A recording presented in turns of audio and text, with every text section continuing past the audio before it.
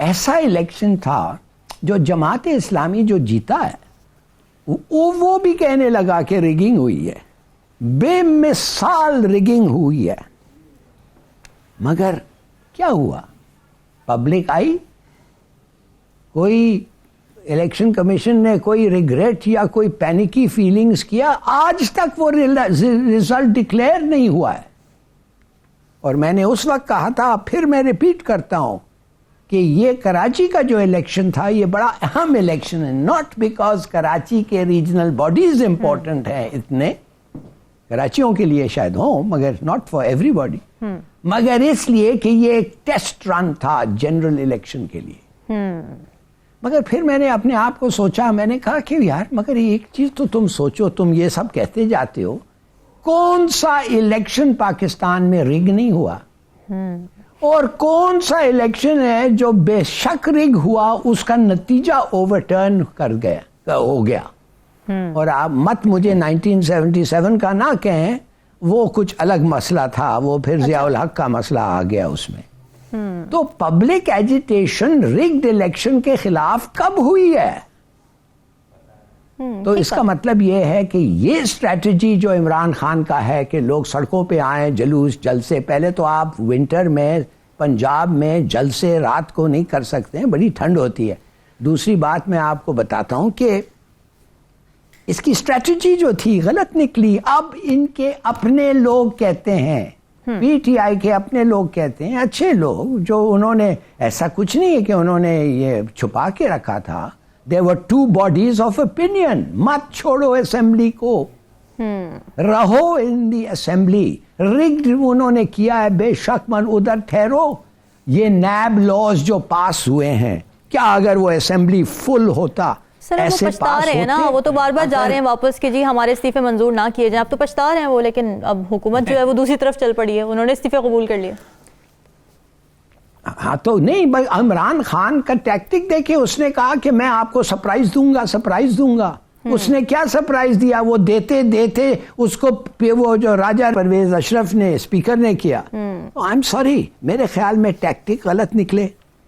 میں نہیں کہتا کہ میں کہہ رہا تھا ایسا کچھ, نو, آئی تھاٹ کہ پبلک ایجیٹیشن ہوگا, پوری دنیا دیکھے گی, سب جگہ چلیں گے یہ وہ, اور اس پہ کوئی پریشر ڈلے گا. کوئی پریشر نہیں ڈلتا, کوئی رگڈ الیکشن فرق نہیں پڑتا, اور کبھی نہ فرق پڑا ہے.